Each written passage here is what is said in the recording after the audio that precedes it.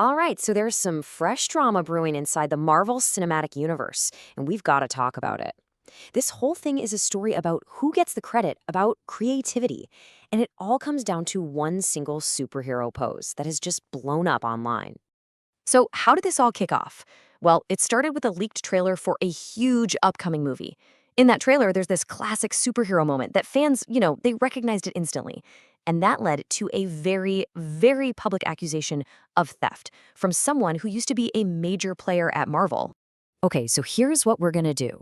We're gonna break down what happened, who's involved, get into the history behind this iconic pose, check out the behind the scenes drama, see how this fits into Marvel's bigger plan, and finally ask the big question, who actually owns an idea? All right, section 1, a stolen moment. So it all starts with a leaked teaser for what's supposed to be the next massive blockbuster, Avengers Doomsday.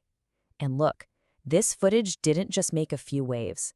It sent absolute shockwaves through the fan community. And it was all because of one very specific, very familiar moment. And there he is, James Marsden, back as Cyclops in that classic blue and yellow suit, firing a laser blast right into the sky. But it's not just that he's back, right? It's how he's back. He's striking this super powerful pose, blasting his optic beam straight up, and this one shot is what instantly kicked off a massive debate. Okay, section 2, the writer's claim. So almost the second that footage hit the internet, the former showrunner of the mega popular X-Men 97 animated show, well, he jumped right into the middle of it. And let me tell you, he did not hold back. We're talking about Beau DeMaio. He was the head writer, the showrunner, a huge creative force behind that show's revival, which, let's be honest, was an absolute smash hit with everybody. So he gets on social media and basically stakes his claim on that Cyclops moment we just saw. He basically said that this whole renewed prominence of Cyclops was all thanks to the creative decisions his team made on X-Men 97.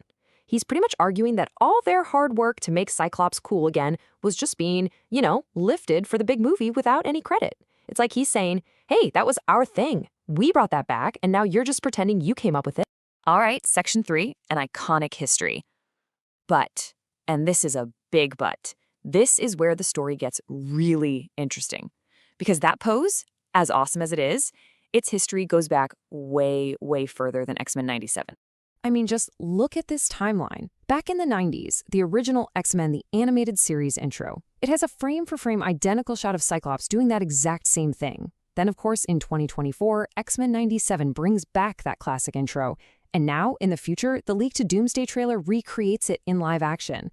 So yeah, DeMaio's show definitely put it back on everyone's radar, but he for sure wasn't the first person to come up with it. Okay, so if the pose isn't even new, then what is this all really about? What's driving this whole public fight? Well, for that, you've got a peek behind the curtain at Marvel. So here's the deal. The backstory is absolutely crucial. DeMaio got fired from X-Men 97 right before Season 2, and it was not a quiet exit. On top of that, he has an ongoing lawsuit against Marvel. So when he says this stuff, some people in the industry are kind of whispering that it's just sour grapes, that he's bitter about getting kicked out. Plus, he has a bit of a reputation for having a strong ego. And this is where things get tricky. You've got two different goals here, right? For Beau DeMaio himself, this might be about getting recognition, about upping his own clout. But for his lawyers, their goal is to win that lawsuit. And when your client is out there making public statements, well, that can make their job a whole lot harder. But wait, there's another layer to this. There are these allegations that Marvel Studios head Kevin Feige wasn't exactly thrilled with how popular X-Men 97 was. Think about it. The live-action MCU movies were kinda underperforming, and then this animated show comes along and completely upstages them. Apparently, that caused some real friction internally. So, if you look at it from DeMaio's point of view, it probably feels something like this. Hey, I'm the one who figured out this was popular again. I'm the one who proved this classic style works.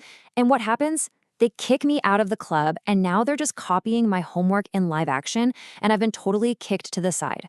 You can see why he'd be upset. All right, let's step back for a second and look at the bigger picture here. Because this whole Cyclops thing, it's not just about one writer's beef. It's actually a key piece of Marvel's entire strategy right now. What we're seeing is Marvel doing a serious walkback on the last phase. They're basically telling the fans, we hear you, we get it, you want to see the old stuff. After trying out a bunch of new things that didn't always land, they're hitting the reset button and going straight back to what they know works. They're leaning hard into nostalgia. And this whole nostalgia play is happening everywhere.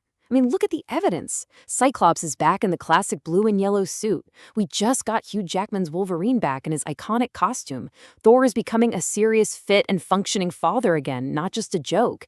And there are even whispers that Steve Rogers is coming back. It's not a coincidence, it's a pattern. Okay, so this whole thing boils down to one final, really big question. And it's a question that's bigger than just Marvel or egos or even lawsuits. So here it is. In a franchise that's built on decades and decades of comics and adaptations, where does creative inspiration stop and where does theft begin? Is Demai right? Does he deserve credit for making an old idea popular again? Or is this an iconic moment that belongs to the franchise's long history, not to any one person? That's the real tough question here. And honestly, it's not at all clear who's right.